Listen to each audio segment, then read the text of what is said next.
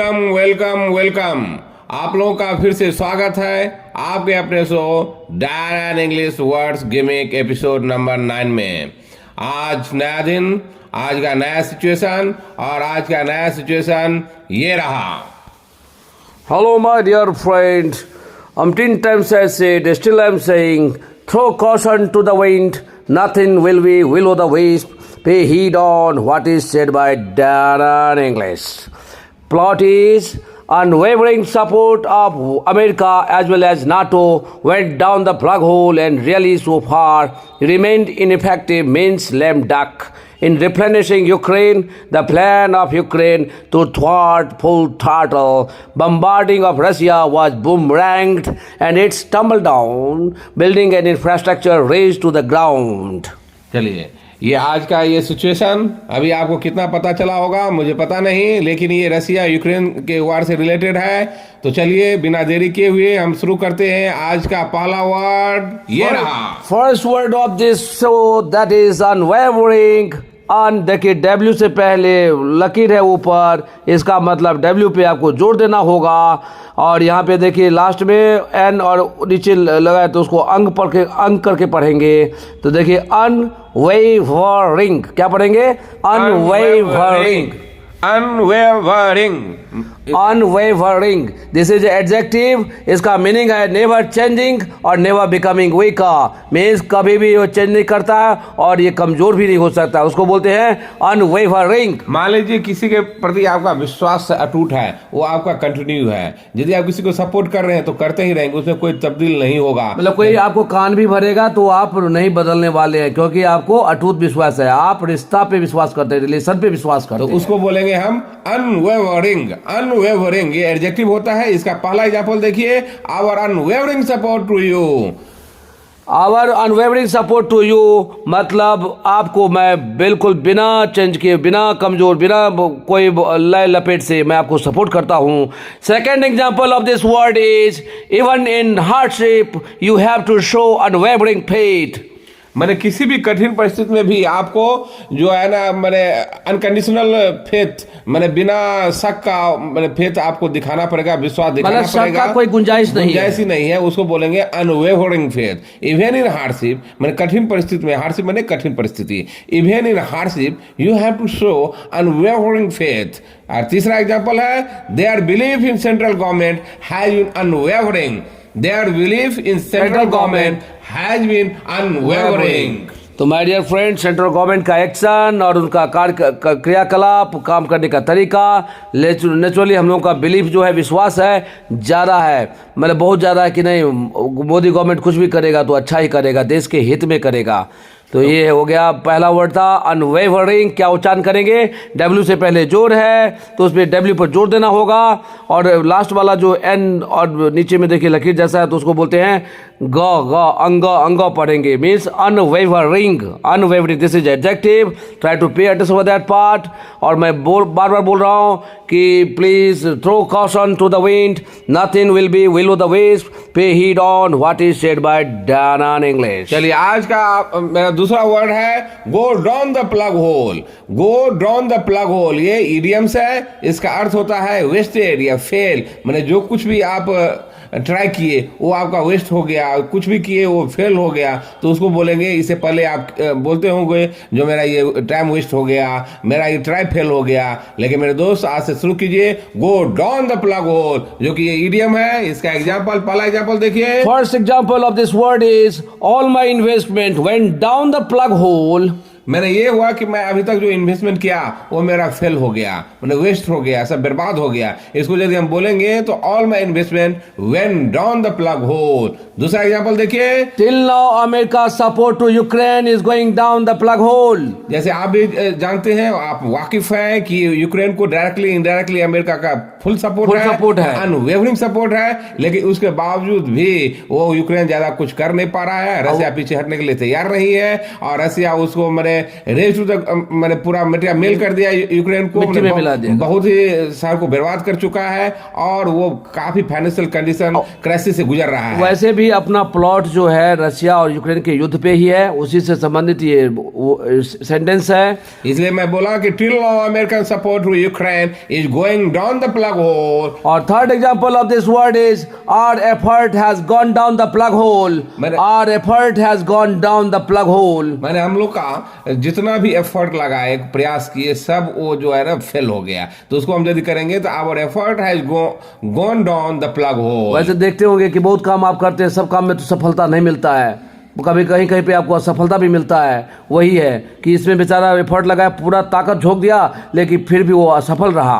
तो इससे पहले आप यूज करते होंगे वेस्ट का, फेल का, लेकिन आज से आप यूज कीजिए, स्टैंडर्ड वर्ड यूज कीजिए, इडियम्स यूज कीजिए, go down the plug hole. My dear friend, try to pay attention for that part, it's very necessary. Third word is lame duck.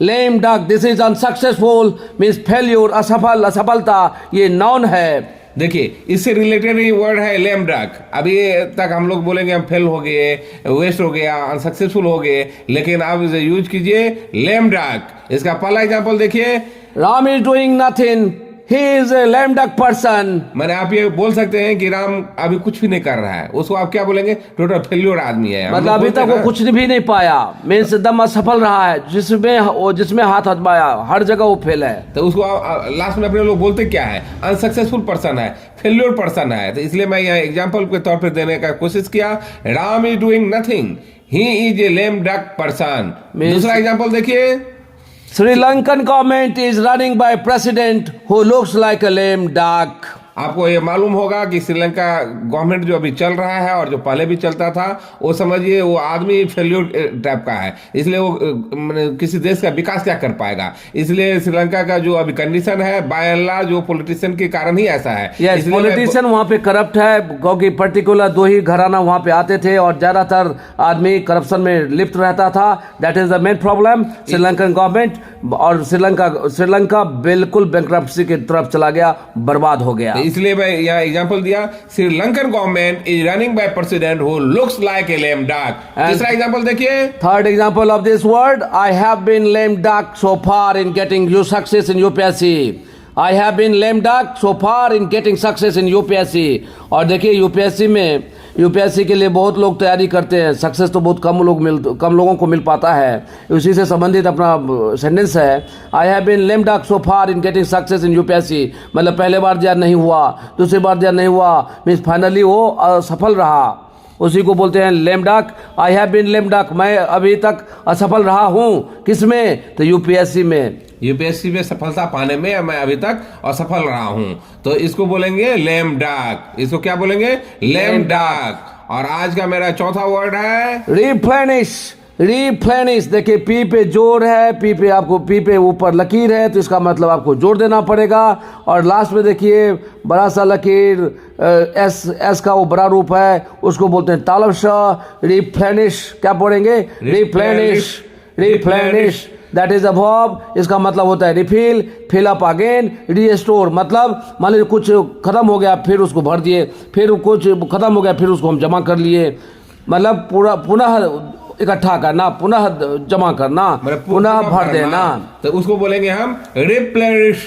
मैंने एग्जांपल देखिए, पहला example, every month we replenish the grocery item. वैसे भी grocery items को आपको daily grocery item ऐसा है कि आपको हर मंथ भरना ही पड़ता है। यदि उसको इससे पहले आप दूसरे ढंग से यूज करते होंगे, लेकिन इसको यूज कीजिए ऐसे, every month we replenish the grocery items. दूसरा एग्जांपल देखिए, deserted refugee camp replenished by immigrants.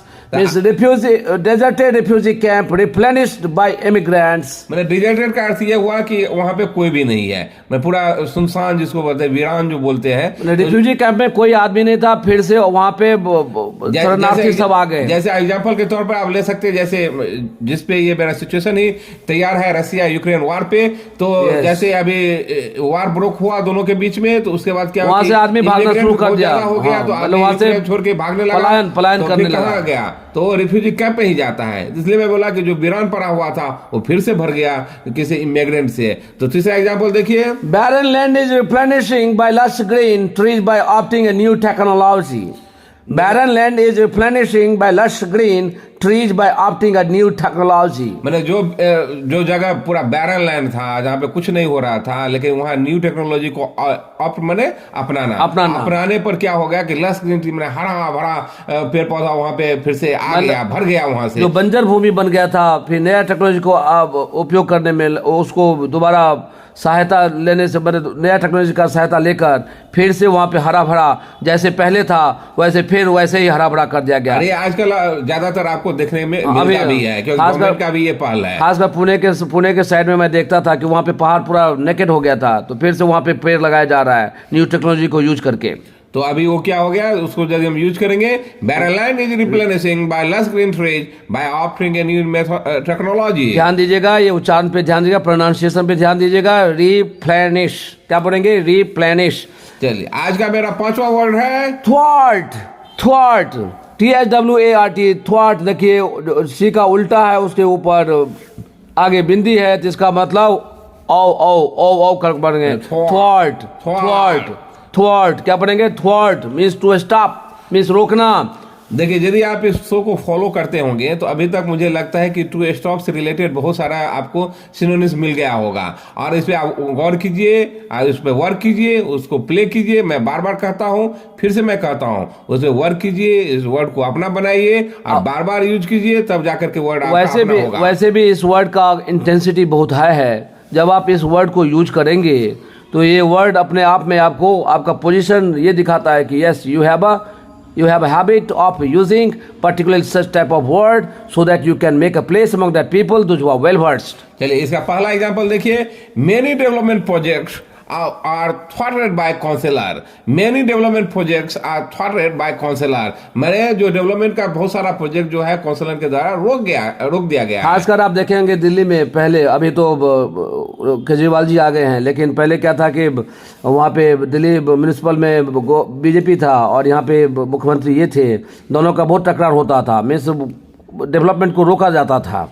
मैंने दोनों के द्वंद में आपसी कलह के कारण क्या होता था कि डेवलपमेंट काम रुक जाता था। देखिए दूसरा example, second example of this word is determined person is never थ्वाटेड बाय एनी ऑब्स्टैकल। मैंने जो दृढ़ प्रतिज्ञ है, जो सोच लिया वो करके दिखाएगा, उसको कोई भी नहीं रोक सकता, कोई बाधा नहीं रोक सकता, कोई विघ्न नहीं रोक सकता है। ऑब्स्टैकल माने बाधा, ऑब्स्टैकल माने क्या होता है? बाधा। तो कोई भी बाधा उसको रोक नहीं सकता है। मतलब डिटरमाइंड पर्सन इज नेवर थ्वाटेड बाय एनी ऑब्स्टैकल। मैं भी आपसे गुजारिश करूंगा कि प्लीज आप भी डिटरमाइंड पर्सन बनिए, जो आपका चाहत है, व्हिम और विशेज है, प्लीज उसको फुलफिल कीजिए। चलिए, तीसरा एग्जांपल है आज का। नो वन कैन थ्वाट me from forging ahead. Forge ahead means होता है आगे बढ़ना, थ्वाट मीन्स होता है रोकना। नो वन कैन थ्वाट मी फ्रॉम फोर्जिंग अहेड, मतलब आपको आगे बढ़ने से कोई नहीं रोक सकता है।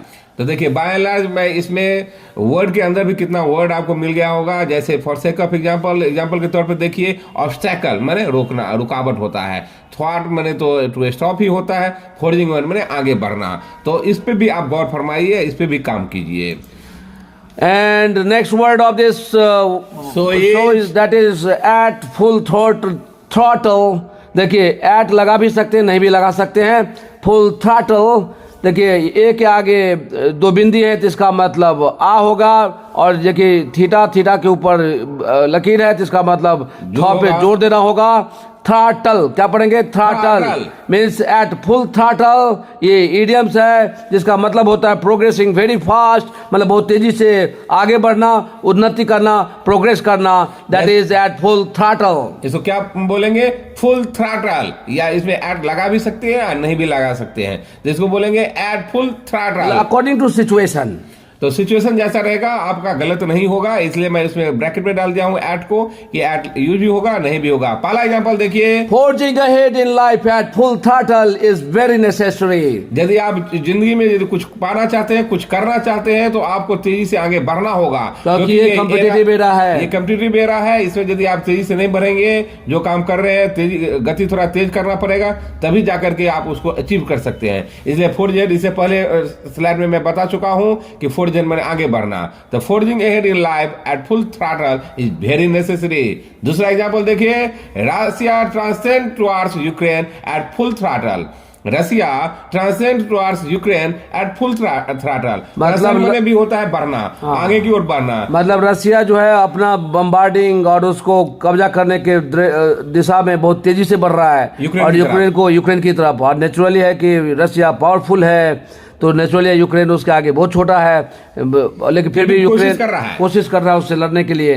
तो लेकिन रसिया बहुत तेजी से आगे बढ़ रहा है, एट फुल थ्रॉटल, बहुत फास्ट बढ़ रहा है। तो इस एग्जांपल में देखिए, Russia transcend toward Ukraine at full throttle. तीसरा एग्जांपल देखिए, you should go ahead full throttle on this project, you should go ahead full throttle on this project. मैंने कोई प्रोजेक्ट उनके हाथ में है तो बोल रहा है कि उस पर आप तेजी से आगे बढ़िए, उस पर तेजी से काम कीजिए, उसको लटकाइए मत। क्योंकि ये आप देखते होंगे गवर्नमेंट सेक्टर में ज्यादातर कोई भी प्रोजेक्ट होता है उसको इतना लटकाता है, इतना देरी होता है कि उसका कॉस्ट बढ़ जाता है, उसका कॉस्ट बढ़ जाता है, डिले हो जाता है, टाइम से भी और फंड से भी। तो इसलिए मैं बोला इसको जब एग्जाम्पल में यूज करेंगे तो you should go ahead full throttle on this project. आज का 7वां वर्ड है बूमरैंग।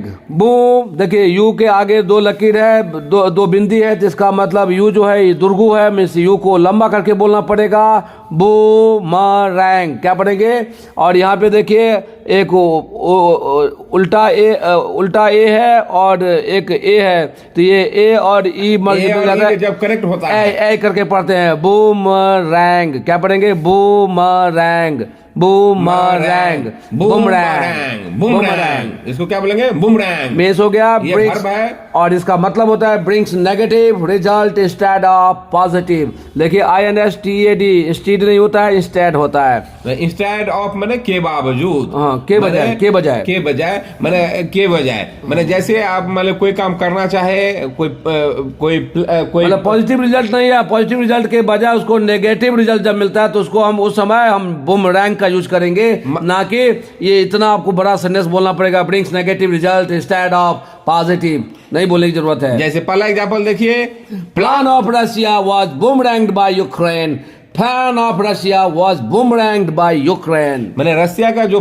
प्लान था उसको यूक्रेन के द्वारा उसको गलत साबित कर दिया गया। मतलब ये था, रशिया ये प्लान किया था कि मैं आसानी से मैं उसको 10 से 11 दिन में मैं जीत लूंगा, पूरा अपने जैसा मैं बोलूंगा वैसा करेगा, लेकिन ऐसा हुआ नहीं। लेकिन जैसे आपको भी पता है कि 1 साल से ज्यादा से ये घटना चल रही है, तो इसका अर्थ ये हुआ कि plan of Russia was boomerang by Ukraine. दूसरा एग्जांपल देखिए, several plans were made for combating but eventually all बूमरैंग्ड।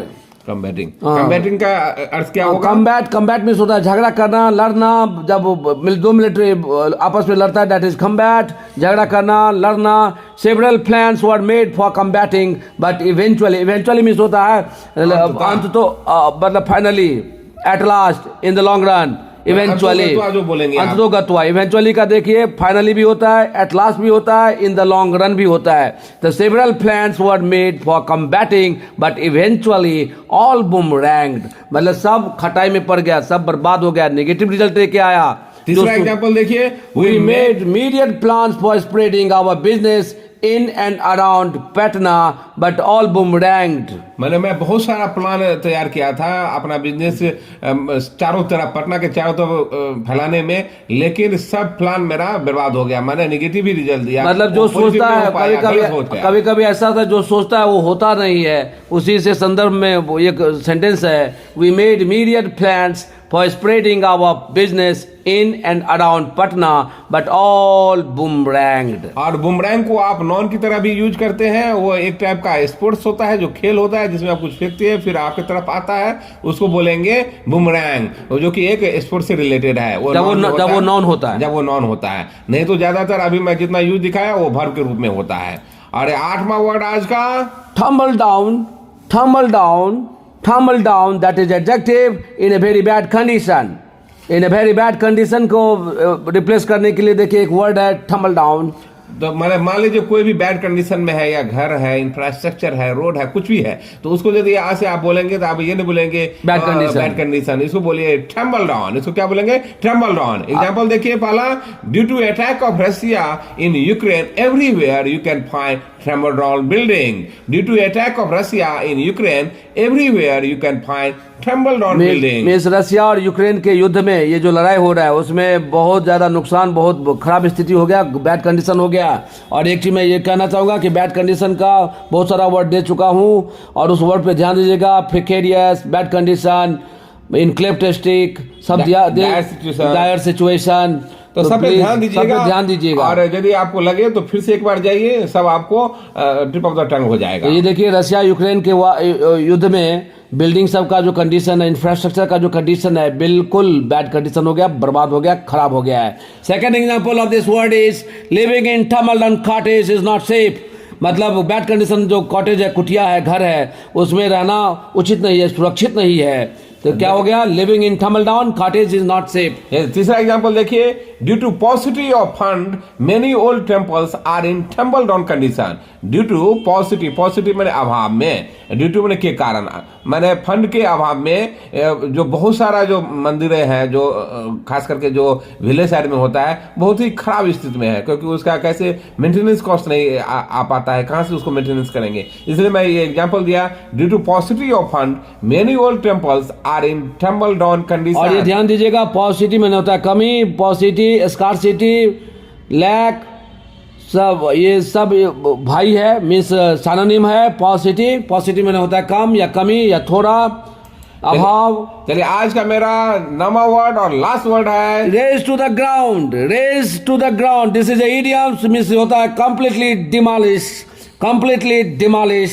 इसको क्या बोलेंगे? कंप्लीटली डिमोलिश, मैंने पूरा खत्म कर देता है, उसको बोलेंगे कंप्लीटली बर्बाद करना, मटिया मेट मिला देना, धरती में मिला देना। हाँ, तो इसलिए इसको देखिए, एग्जांपल भी देखेंगे या वर्ड भी देखिए, तो रेज टू द ग्राउंड मैंने मटिया मेल मिला देना, पूरा ध्वस्त कर देना। जैसे पहला एग्जांपल देखिए, first example of this word is a raft of buildings were razed to the ground when road was widened in big city. मैंने ए रैफ्ट ऑफ जो होता है, ये भी ज्यादा के सेंस में होता है, मिलियर्ड के सेंस में होता है। तो मैं फिर बाद में कभी आएगा तो मैं इसको ज्यादा मैं डिटेल में बताऊंगा, लेकिन तब तक ये समझ जाइए कि ये मिलियर्ड के सेंस में होता है। और रैफ्ट ऑफ के बाद जो जनरली जो होता है तो वो आपको प्लूरल ही यूज होता है। देखेंगे कि शहर में जब रोड बनने लगता है तो ज्यादातर आदमी का ये आदत है कि रोड को भी अपना जमीन, अपना घर समझता है, अपना जमीन समझता है, अपना जायदाद समझता है और उसको अतिक्रमण कर लेता है।